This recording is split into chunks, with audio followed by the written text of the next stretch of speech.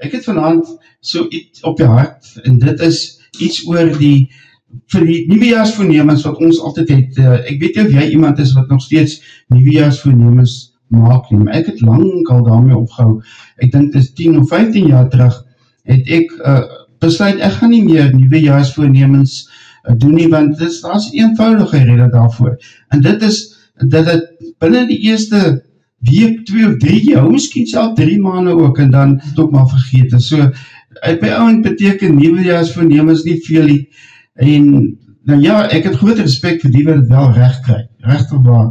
So dis nie goed wat baie gebeur, dat die ouds daai nuwejaarsvoorneme deurdruk. Ja, ek wil ook 28 kilos verloor, maar vir my voel ek dis 'n onrealistische droom. Ek weet, het kan gebeur, maar ek is hier op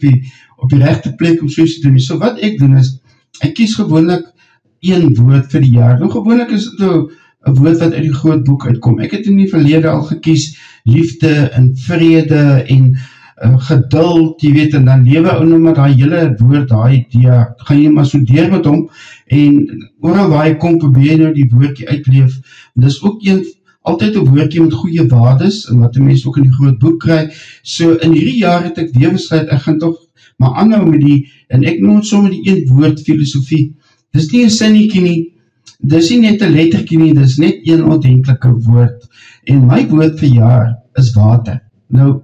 ek het 'n filmpie daaroor gemaak, en ek het dit die 1 Januarie op my YouTube kanaal gesit, so ek wil nou nie die hele waterstorie vir jou vertel, want die filmpie is daar op my YouTube, jy kan maar gerus daar gaan kyk, en dan like jy somme, en jy subscribe somme, as jy so gaaf sal wees, maar nie om in, daarop verduidelik ek die water, dit gaan basies met 2 goed, en dit is dat, water is ons nou wat ons as mens nodig het, om te oorleef, ons kan nie daar sonder nie, jy kan 'n paar dae daar sonder wees, maar dan is dit klaar, dan kan jy nie verder nie, en dan die ander betekenis van water, dit is mos die teken van lewe, so,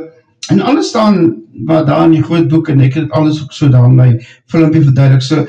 wat ek eintlik beoog, wat ek vir jou wil aanmoedig, as jy ook iemand soos ek is, wat nie suksesvol is om nuwejaarsvoornemens te doen nie, dit werk net nie, dan probeer die 1 woord filosofie, kies vir jou woord, en dan leef jy die jaar uit. Ek het al woorde, dan kom ek aan die einde van die jaar, sê ek nie, ek is totaal al onsuksesvol met hierdie, ek sal nog 'n jaar moet vat, en dan het ek het om nog 'n jaar gedoen, so, dit is nie iets wat ou net 1 jaar eindelijk maar by ouend nie, maar dat die mens probeer om dit uit te leef. So, dit is sommer net so aanmoediging van my kant af, en miskien is dit tyd dat jy dit probeer, en daar